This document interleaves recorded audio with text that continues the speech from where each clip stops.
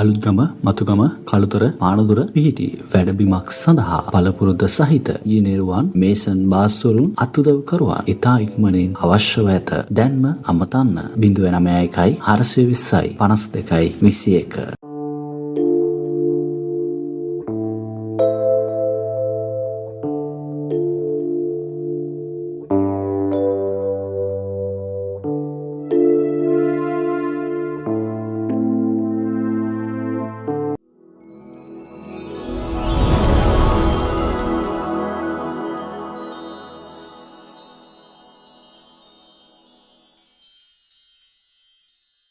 අද දවසේ අපි බලන්ට යනවා ජේසුස් වහන්සේගෙන් එක්තරා මිනිසෙක් අසුණු ලැබුවා මෙන්න මේ ආකාර ප්‍රශ්නයක් ලූක්ගේ සුභාරංචියේ 13 වෙනි පරිච්ඡේදයේ 22 වෙනි පදේ අපි බලන්ට යනවා. උන්වහන්සේ යෙරුසලමට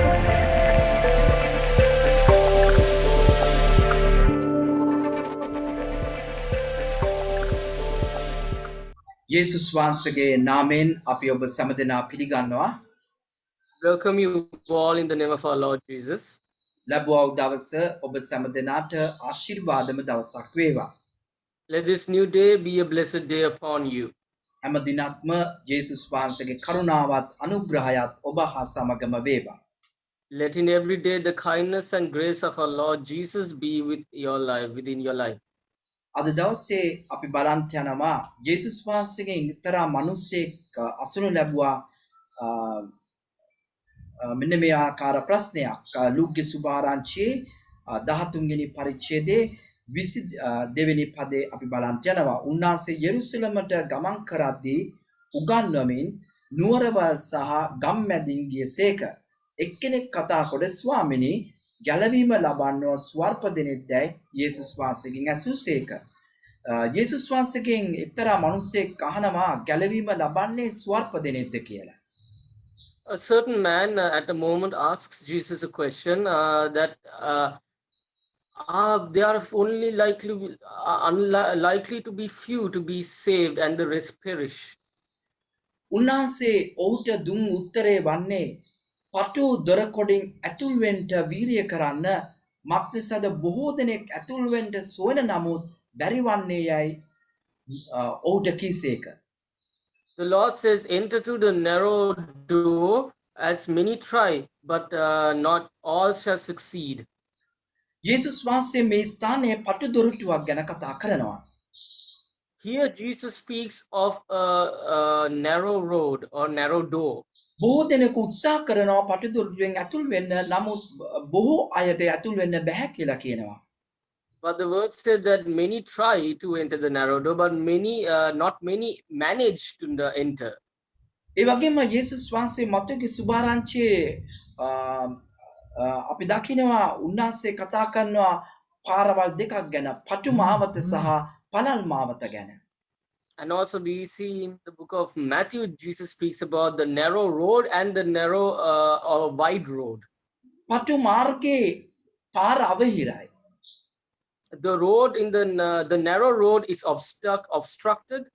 සම්බවන්නේ ස්වල්ප දෙනෙකුටයි.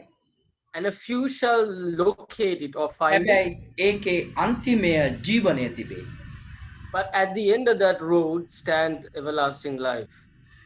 පළල් මාර්ගය පාර අවහිර නැහැ. The wide road has no obstacles. නමුත් එහි බොහෝ සෙනගක් සිටිනවා. And many shall travel and find this road. නමුත් එහි අන්තිමය විනාශය. But destruction lies at the end of this road. ඒකයි යේසුස් වහන්සේ කිව්වේ පටු දොරටුවෙන් ඇතුල් වෙන්න උත්සාහ කරන්න මක්නිසාද එහි ඇතුල් වන්න සොයන නමුත් බොහෝ අයට ඇතුල් වෙන්න බැරි වෙනවා. That's why Jesus says that try to follow through, go through the narrow door. Many shall try, but only few shall succeed in entering. ඉතින් පටු දොරටුවෙන් ඇතුල් වෙන්න බොහෝ අය උත්සාහ කළත් ඒ අයට බැරි වෙනවා. මොකද ඒ පාර අවහිරයි. එහි අභියෝග තිබේ. එහි නොයෙක් ආකාර කම් කටළු තිබේ. හැබැයි අන්තිමේ ජීවනයේ තිබෙනවා. Though many people did try to go through the narrow road, there are obstacles, there are trials, there are hardships in this road. But if you manage to enter through that, pass through them, you will have life waiting for you. අපි දකිනවා යේසුස් වහන්සේ කියනවා මතයුගේ සුභාරංචියේ 7 වෙනි පරිච්ඡේදයේ උන්වහන්සේ කතා කරනවා 13 වෙනි පදේ අපි දකිනවා මේ බොහෝ දෙනෙක් අන්තිම දවසේදී ඇවිල්ලා ඔබගේ නාමයෙන් මම යක්ෂයන් දුරු කරා ඔබගේ නාමයෙන් මම හාස්කම් කළා ඔබගේ නාමයෙන් මම අනාගත වාක්‍ය කිව්වා නමුත් මම නුඹලා කිසි කෙනෙකු අඳුරන්නේ නැත කියලා උන්වහන්සේ කියනවා. But the verse says that at the end, many people will come to say, in your name I cast out demons, I heal afflictions, I preach, I talked and taught in your name. But Jesus said, turn from me, I do not know you. එනම් ඔබ ගමන් කරන්නේ ජීවනයට යන දොරටුව නම් ඒ ජීවනයට යන දොරටුවට ඇතුල් වෙන්න පුළුවන් දෙවියන් වහන්සේගේ කැමැත්ත කරන්නා මිස උන්වහන්සේගේ ස්වාමිනී ස්වාමිනී කියන කිසිවෙකුට ඒ ජීවනයට යන දොරටුවෙන් ඇතුල් වෙන්න බැරිය. And if you want to travel this narrow road and enter this narrow door, the only one that shall enter is the one that does the Lord's will, not the one who says, Lord, Lord, whenever he needs them. පටු දොරටුවේ ජීවනයේ වචනය තිබෙනවා.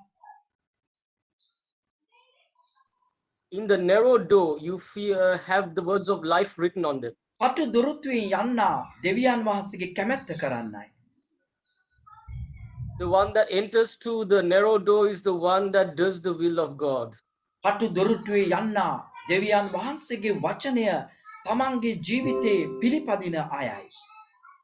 The one that enters to the narrow door is the one that takes the word and its commandments and obeys them with their lives. පනල් මාර්ගයේ යන්නා හාස්කම් පදනම් කරගෙන ජීවත් වෙන අයයි. The one that travels the wide road goes behind miracles. ඒ දෙවියන් වහන්සේගේ කැමැත්ත කරන අය නෙමෙයි. But they are not the ones that does the will of God. ඔවුන් ආගමික මිනිස්සු වෙන්න පුළුවන්.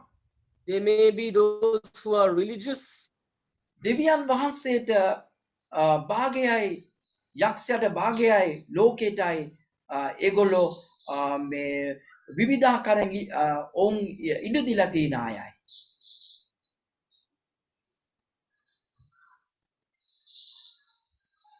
They are serving the devil in one hand, they are serving the Lord in other hands, and they are covering themselves in the world, and this is how they conduct themselves. නමුත් ඒ පළල් මාර්ගයේ අන්තිමේ විනාශය. But at the end of this wide road, what lies behind this is destruction. අපි දකිනවා ලූකි සුභාරංචියේ 13 වෙනි පරිච්ඡේදයේ 25 කියනවා පිටත සිට ස්වාමිනී දොර ඇරිය මැනවයි කියනව ඇත. උන්වහන්සේ අයුතුකම් කරන සියල්ලනි පලා යන්න කියනවා. දොරට තට්ටු කරනවා. උන්වහන්සේ දොර වහනවා. ඒ වහපු දොරට තට්ටු කරනවා මිනිස්සු ඇවිල්ලා. And we can see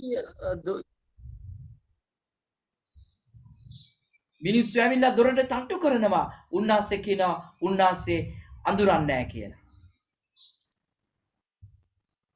And when this door, the Lord finally closes it, those who travel will turn to this narrow road after the door is closed and say, Lord, oh Lord, let us in. But the Lord says, declares, turn from me and depart from me. I do not know you. ඔබ ජීවනයේ මාර්ගයේද යන්නේ.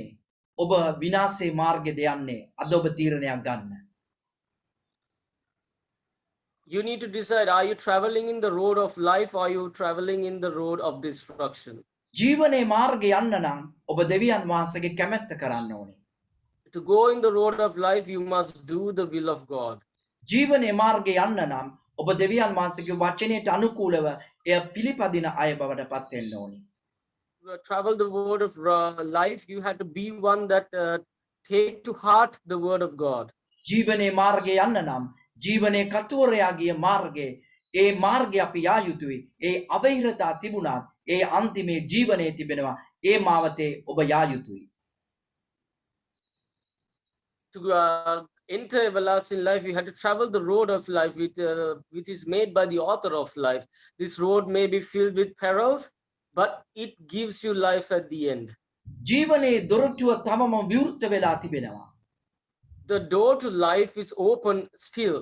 ඒ දොරටුව යේසුස් ක්‍රිස්තුස් වහන්සේ වනසේක.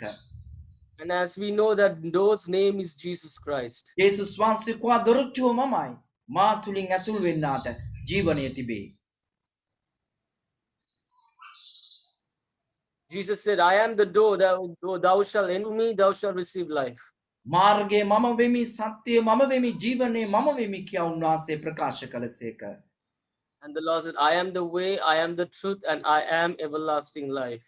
දැන් යේසුස් වහන්සේ නැමැති ජීවනයේ දොරටුවෙන් අපිට ඇතුල් වීමට අවස්ථාව දැන් තියෙනවා. මොකද දැන් දොර විවෘත වෙලා තිබෙන නිසා. Now we have the opportunity to enter through this door of life named Jesus Christ, because the door is open unto all at this moment. දොර වැස්සුවට පස්සේ දොරෙන් ඇතුල් වුණ අයට ජීවනය තිබේ. දොරෙන් ඇතුල් වූ අයට විනාශය සහ සදාකාලික විනාශය තිබේ. දොරෙන් පිටතින් අය තට්ටු කරනවා. උන්වහන්සේ කියනවා අයුතුකම් කරන සියල්ලනි මා කෙරෙන් පලා යන්න මම අඳුරන්නේ නැත. While the door is closed, those who enter through the door are in paradise, and the ones outside the door is destined to the wickedness. No matter how much they knock, the Lord said, those who practice lawlessness depart from me. තවම දොරටුව විවෘතව ඇත. Still the door is opened. ඔබට අවස්ථාවක් තිබෙනවා ජීවන දොරටුවෙන් ඇතුල් වෙන්න තවම. ඒක වසන්න කලින් ඇතුල් වන්න එකම මාර්ගය යේසුස් ක්‍රිස්තුස් වහන්සේ දොර. ඒ දොර තුලින් තමයි අපේ ජීවනයේ තිබෙන්නේ. වෙන කිසි මාර්ගයක් ජීවනයට නැත. And as this door is open, enter it while you still can, because Jesus Christ is the only path and the door towards paradise. And if you do not, you will not be able to enter again after it's closed. ඔබට අවස්ථාවක් තිබෙනවා ඔබ ජීවනයේ දොරටුවට ඇතුල් වෙලා නැත්නම් දැන් ඔබට ඇතුල් වෙන අවස්ථාව තිබේ. එමෙ ඇතුල් වෙන්න කැමති කෙනෙක් ඉන්නවා නම් ඔබ කියන්න පුළුවන් මේ දැන් ඔබ ඉන්න ස්ථානයේ සිට පාස්ටර් මම කැමති මම ඒ ජීවනයේ දොරටුවට ඇතුල් වෙන්න. මගේ ජීවිතය උන්වහන්සේට බාර දෙනවා. ජේසුනි මං උදෙසා ඔබ වහන්සේ මැරුණා. ඔබ මලුන්ගෙන් නැගිට්ටා. මා තුලට එන්න ඔබ වහන්සේ කියලා ඔබගේ හදවතේ දොරටුව අරින්න උන්වහන්සේ ඔබ තුලට එනවා. උන්වහන්සේ ආවට පස්සේ ඔබ සමග උන්වහන්සේ ජීවනයේ මාවතේ ඔබ අරගෙන යනවා. ඒ මාර්ගයේ සදාතනික ජීවනයේ තිබේ. ඔබට ජේසු පීඨයි. If your heart is not open, but you want to open it to the Lord, say, Pastor, I want to give my life to the Lord. I want to open my spirit up to Him. Say that and ask the Lord, please, Jesus, show me the way to your path, and I will travel it, and I will go through all the obstacles to reach you. And if you do that, and if you reach the door, then everlasting life is yours forever. In the name of our Lord, we bid thee farewell.